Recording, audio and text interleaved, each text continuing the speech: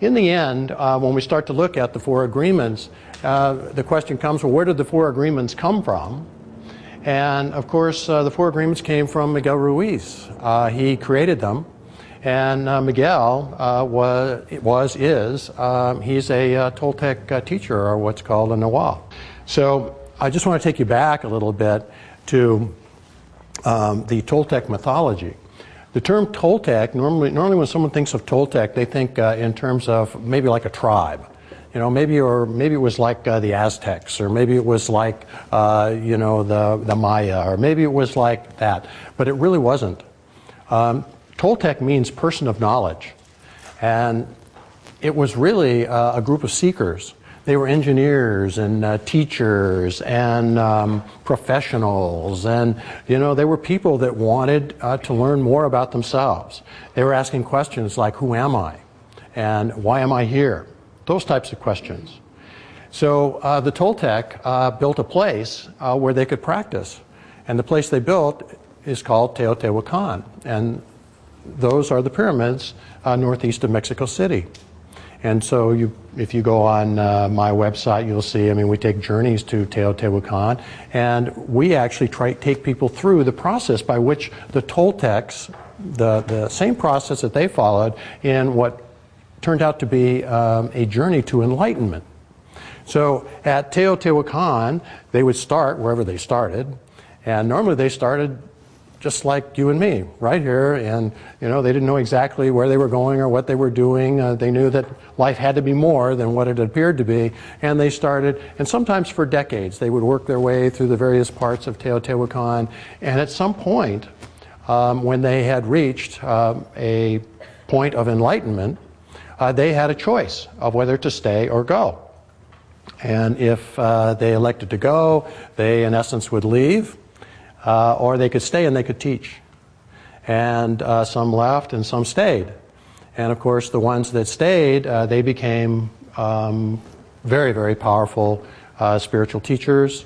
And who knows how they taught. Some of them wandered in the wilderness, and who knows what, maybe some of them became powerful leaders. I mean, it could be anything, because there's no rule about how the teachings go out into the world.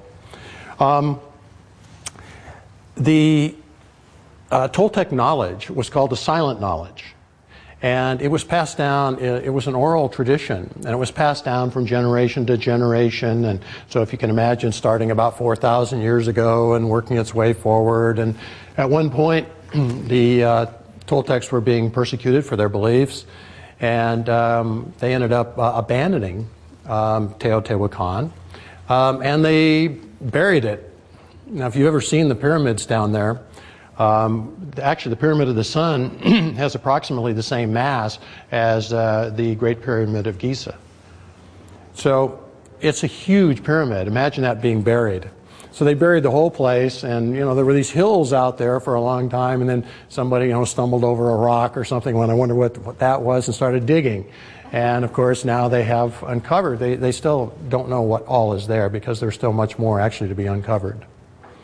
But this tradition was passed down, and it was passed down from teacher to teacher.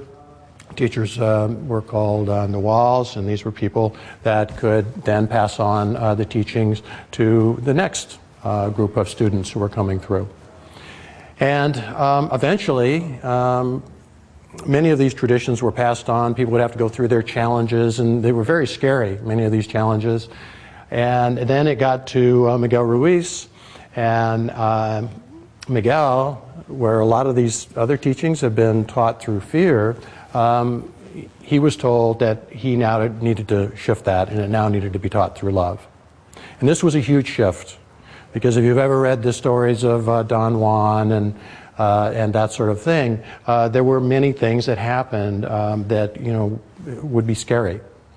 But now Miguel came and said, no, that's not necessary anymore, and that we will now we'll teach the silent knowledge through love. And so it was a whole different way of doing it, and it was also a way that opened it up. It opened it up to many more people. And we are now entering, this is part of the mythology, we are entering a time when this knowledge, along with many other bodies of knowledge, which are in the end very much the same, are now going to be going out to many, many more people.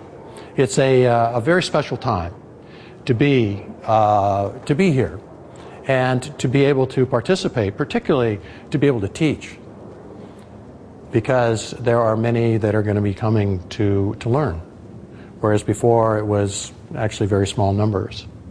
So in looking at the 4 agreements, Miguel said, well, these are things, if we just try to follow the 4 agreements, very, very simple, then life will begin to work in a spectacular way. So you think about things as simple as be impeccable with your word. Don't take anything personally. Don't make assumptions. Always do your best. I mean, how simple is that?